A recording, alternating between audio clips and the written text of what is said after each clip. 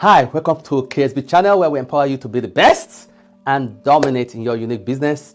Today, I want to answer a question that a lot of people have asked us, and that is, after knowing your assignment, will you really know who you are? So, I will title today's topic, Mindset of Knowing Who You Are. How do you know who you are? One, we have to realize that God prepares you for an assignment. When you discover the assignment, you will know who you are. But that's not automatic in most cases. At least in my experience, it wasn't automatic. Why was it not automatic? Because who you are, when God introduces you to who you are, God is talking about your future. And if you are not able to really see your future, you don't really get who you are. What do I mean by that? Okay, take an example, Gideon. When the angel appeared to Gideon, he said, "Hi, mighty man of valor." And Gideon was like, "Who are you calling mighty man of valor?" And the angel said, "Go in this might, and you will defeat the Midianite as one man." And Gideon was like, "Oh, wait a minute. Now you're getting too much." Do you realize that my family is the least in Manasseh, and I'm the least in my family? And the angel was like, So Gideon did not realize who he was, even though he got the assignment, but he did not realize who he was to be able to accomplish the assignment. And he had to go through some series of experiences, say, okay, wait a minute, let's do this. Let me confirm that God is really with me, And as soon as he could confirm that God was really with him, then he was ready for the assignment, And the assignment, of course, was already there. God has already prepared him for the assignment, but he did not realize who he was to be able to do the assignment. Let's take another example, David. We learned that David ran towards the Goliath. And people were wondering, how could this guy be so brave to run towards a giant like that? But David had some experiences. David was tending his father's sheep, and a lion came. He ran towards the lion, killed the lion, take the sheep out of the mouth. A bear came, ran towards the bear, took the sheep out of the mouth, killed the bear. So David had built trust in God and in himself already before facing the Goliath. God allowed the lion and the bear to attack the sheep in order to prepare David for the assignment to kill the Goliath and be crowned as a king. Remember, David was already anointed before he faced Goliath. So God is a God of intention and is a God of the future. So what we see most of the time is our present circumstances and our past. So God allowed us some past experiences so that He can build our future. So when you're going through some circumstances now, it could be that God is preparing you for a big assignment in the future. Let me give you my own case.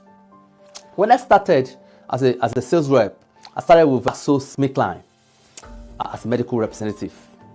As a medical representative, you're given a product to sell, and you have to understand the product, know everything about the product, understand your competitors, understand the market, go forth, go and detail your product to doctors, and other health professionals, and they start writing the prescription. Then you go to the market, because we are responsible for the market as well, to make sure that the medication is available in the market, the wholesalers are buying, the retailers are buying, that translates sales to your company.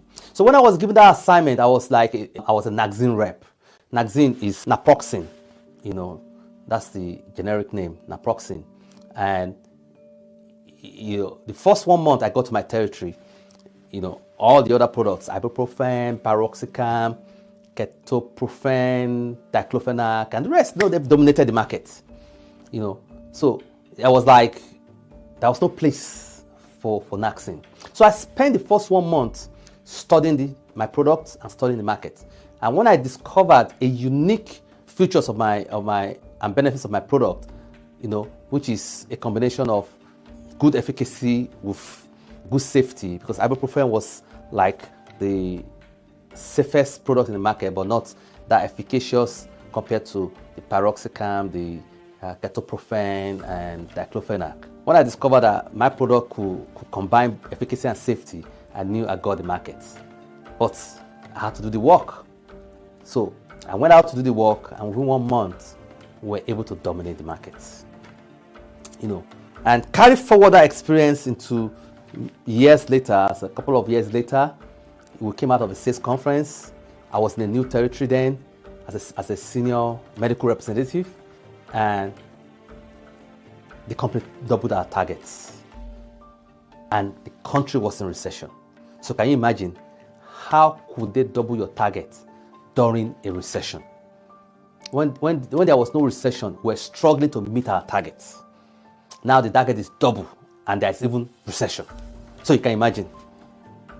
So many of my other reps then, left that conference feeling depressed. Some people were thinking, "Oh, let me go and look for another job. This is a deliberate attempt to fire us," because they knew there was no way we could make it, because it looks impossible to meet that target, right?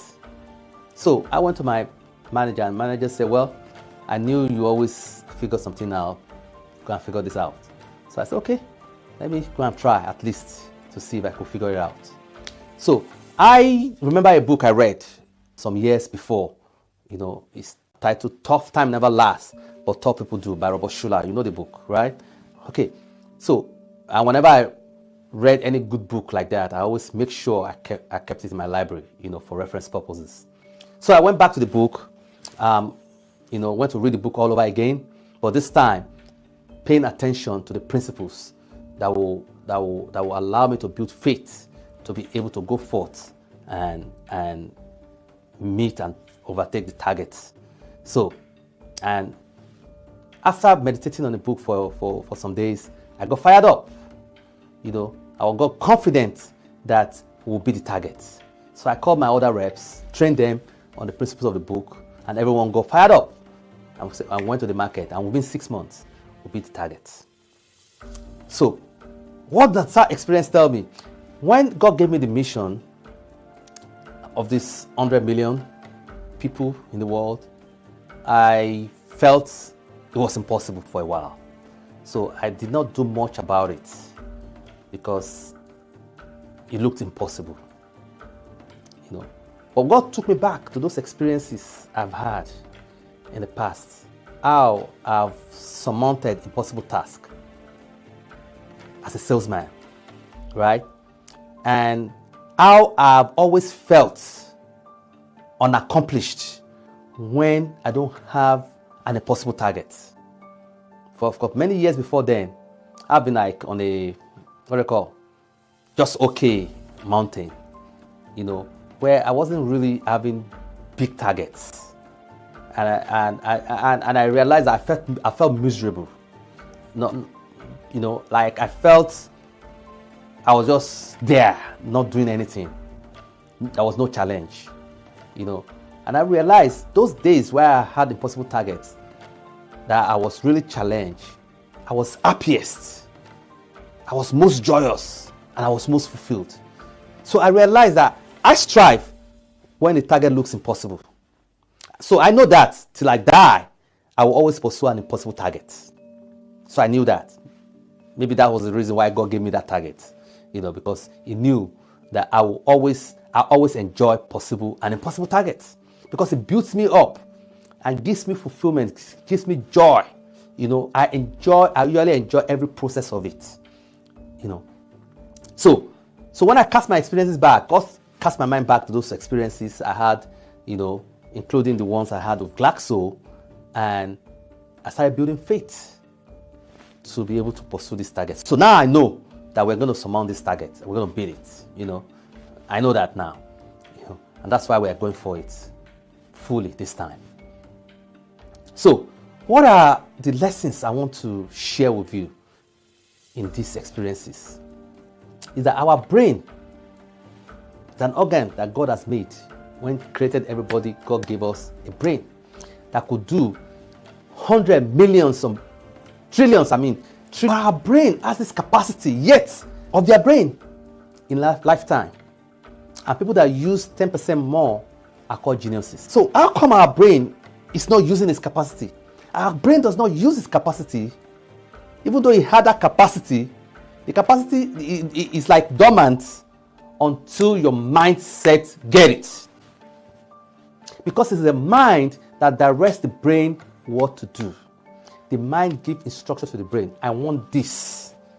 And once your mind directs the brain, then the brain goes into action to produce neurons, neuron connections, and all the things that is needed. The brain can produce as many neurons and neural connections as possible to complete any task that you give the brain to do. But the brain cannot go into action until your mindset get it.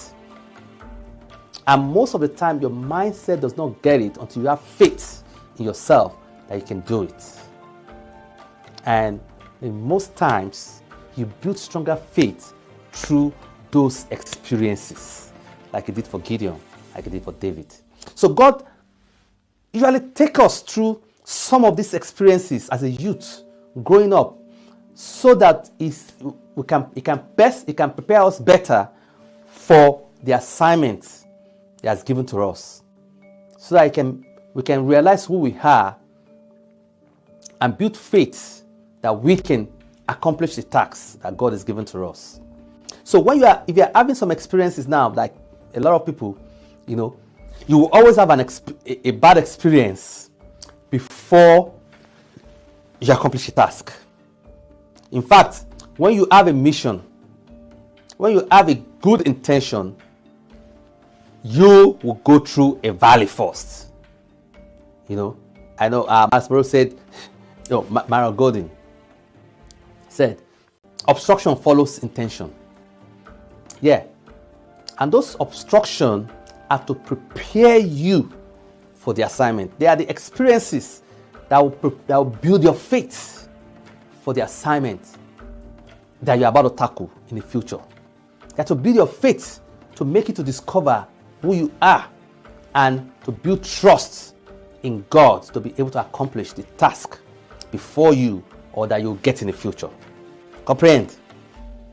So, if you are going through experiences now, issues with yourself, with your family, with your job, with your businesses, with the country, with whatever, natural disaster, whatever you are going through right now, is purposely put there or allowed by God. Sometimes God puts it there. Sometimes God allows Satan to put it there, like He did for Job. For you to be prepared, to be better prepared for the assignment God has given to you in your domain, for you to be able to discover your domain, and for you to be able to dominate in your domain and be fulfilled in the assignment God has given to you. So that's the purpose. And once you know the purpose of what you are going through, it becomes easier for you to make it a learning process that will build your faith and prepare you for your future. So, in rounding up, know that you have the capability, the capacity to do whatever God has given to you. So if you know your assignment, you have the capacity already. God has already building the capacity, what I call endowment, your gifts, your abilities. God has already given it to you to be able to accomplish the assignment. You might not realize that you have those abilities. That's why God takes you to some experiences, some little experiences, so that you can build faith in your abilities and you can build faith in God to accomplish your assignment. Hope you got this. See you next time. Bye.